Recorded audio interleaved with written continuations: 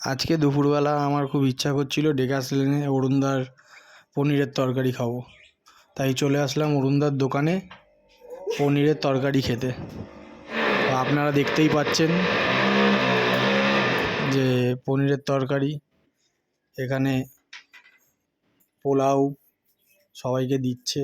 পনিরের তরকারি সামনেই রয়েছে, অরুণদা ওই সাইডটা বসে রয়েছে, একটু পরে দেখতে পাবেন। এই যে পনিরের তরকারি,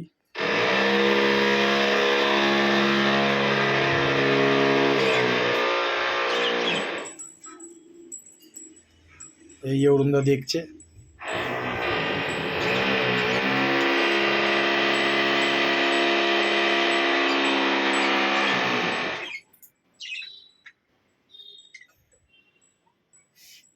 এই যে আমার থেকে বললো 2 লাখ টাকা দিতে, কারণ আমি 2 রকম পনিরের আইটেম নিয়েছি, তাই বললো 2 লাখ টাকা দিতে। দিয়ে দিলাম 2 লাখ টাকা। আমার পার্সেল রেডি হচ্ছে। এই পোলাও, বেগুন সুন্দরী, আর এই যে অরুণদা।